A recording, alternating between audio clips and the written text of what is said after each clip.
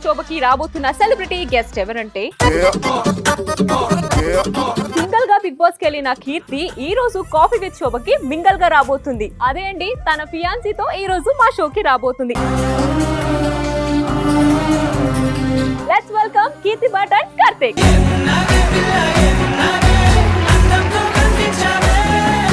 కీర్తి life ఎలా ఉంది? ఏం నడుస్తుంది లైఫ్ లో ప్రెసెంట్? చాలా బాగుంది ఇప్పుడు. ఎందుకు అంటే నా లైఫ్ కి కొత్త మెంబర్ వచ్చారు.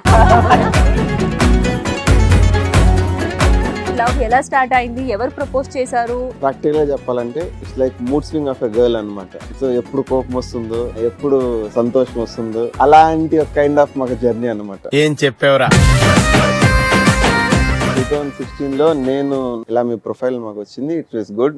సో మీరు మెయిన్ లీడ్ గా చేయాలని చెప్పి అడిగితే, సో పెట్టిన మెసేజ్ ఆఫ్టర్ 3 months తర్వాత రిప్లై వచ్చిందంటే ఆలోపు మేము ఫస్ట్ షెడ్యూల్ కంప్లీట్ చేసుకుని ఇంటికి వచ్చాము.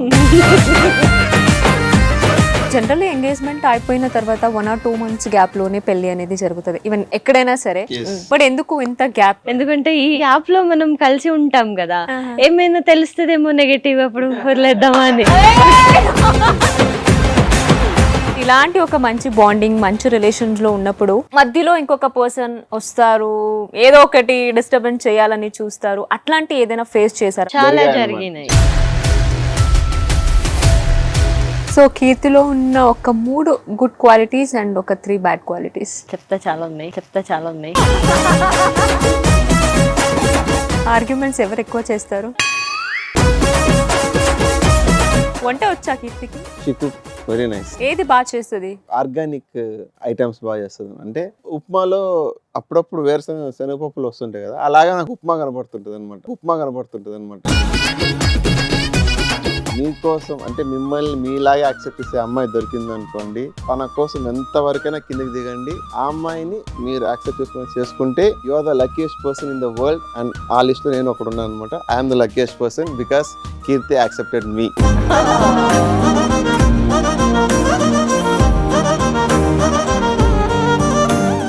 సో కీర్తి, నువ్వు చిన్నప్పుడు మనమంతా ఇదంతా ఎగ్జామ్స్ లో గానీ చేసే ఉంటాము, fill in the blanks. Keerthi గారు మీ ఆయనతో డాష్ చేసినప్పుడు హ్యాపీగా ఫీల్ అవుతారు.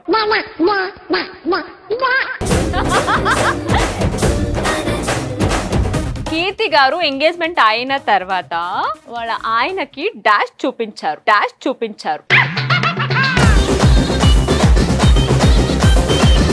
కీర్తి గారికి వాళ్ళ ఆయనలో డాష్ అంటే పిచ్చి. ఫ్యామిలీతో ఏదైతే ఈ యాక్సిడెంట్, పేరెంట్స్ ఇదంతా ఇన్సిడెంట్ జరిగిన తర్వాత కోమాకి వెళ్ళావు. కోమా నుంచి అంటే ఎలా ఓవర్కమ్ అయ్యావు నువ్వు? పేరెంట్స్ డెత్ అయిన తర్వాత మళ్ళీ నన్ను మ్యాంగ్లూర్ తీసుకుని వెళ్ళారు. ఆల్మోస్ట్ 32 days అక్కడే ఉన్నా. వన్స్ కోమా నుంచి బయటకు వచ్చిన తర్వాత అక్కడ ఇంట్లోనే ఉండాల్సి వచ్చింది. అక్కడ కొన్ని ఇన్సిడెంట్స్ జరిగినాయి, ఎక్కడెక్కడో టచ్ చేయడము, బట్ బాడీలో స్వాధీనం లేదు నాకు. పడుకుంటే నాకు ఫేస్ లో మాత్రం తెలుస్తుంది, కానీ ఆ కోమ నుంచి బయటకు వచ్చేంత వరకు మనం శవగానే ఉంటాం కదా, తెలుస్తుంది. అట్లీస్ట్ ఆ చేతిని వచ్చి ఇలా అనడానికి కూడా నాకు శక్తి లేదు. వన్స్ నాకు ఎప్పుడు నడవడానికి తెలిసిందో నాకు, దెన్ కొన్ని డేస్ అక్కడే నుండి ఎవరికి చెప్పకుండా ఇంటి నుంచి వచ్చేసా. 12:30 రీచ్ అయ్యాను. బస్ లేవు ఎక్కడికి వెళ్ళడానికి. ఇప్పుడు నేను ఆటోలో వెళ్తానంటే డబ్బులు అడుగుతారు. అప్పుడు తెలియదు ఏది కూడా. అరే నువ్వు 200 rupees వస్తావంటే సరే అన్న నేను వస్తా అనేదాన్ని. తర్వాత వాళ్ళ లుక్